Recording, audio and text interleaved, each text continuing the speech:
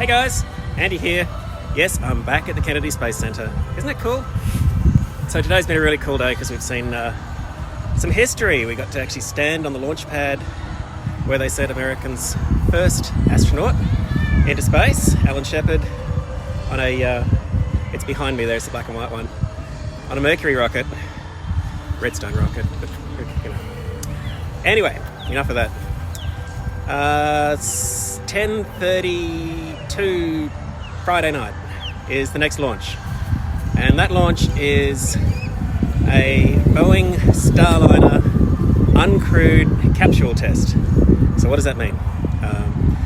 Boeing, SpaceX and Blue Horizons are all competing to send humans back into space from America, because at the moment, if you want to go to space from anywhere, you've got to go from Russia and Kazakhstan, and it costs somewhere between $80 and $90 million per person.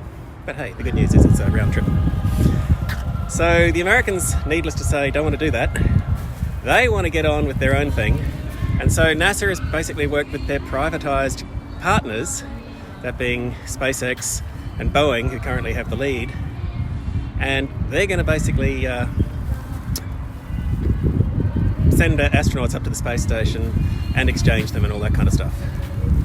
Not to be confused with what NASA itself is doing. Now, if you think NASA, they've been sitting around all day since the end of the Space Shuttle program in 2011, well, actually, they've been really busy.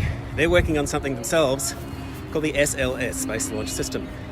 And this rocket is massive. It's bigger than the one they sent guys to the moon with. Like huge, huge, huge, huge.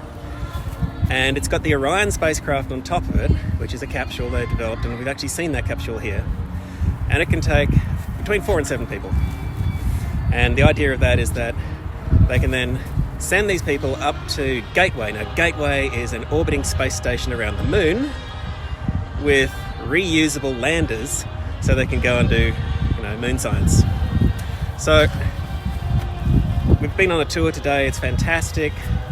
It was also a little bit moving because we got taken to the launch pad where the first 3 Apollo astronauts died in a fire in their capsule and they couldn't get out. So it's a pretty moving experience. They then redesigned the capsule completely. It took them 1.5 years to get it right, and now it's all good. And in 1967 they set off Apollo 7 to test everything and go around the moon, to eventually go around the moon. So this is an absolutely awesome place. If you ever get the chance to come and see it, I recommend you do. And of course, if you want to join me in watching this rocket launch, my time 6:30 in the morning, your time about 10:30 at night in Melbourne, Australia, you can do so by logging on to space.com. And hopefully, if you got a chance to see the SpaceX one, hey Stefan, how you going, mate? Hey Jen, mwah. If you get a chance to watch along, it's really cool. All right, that's it for me. See you later, guys.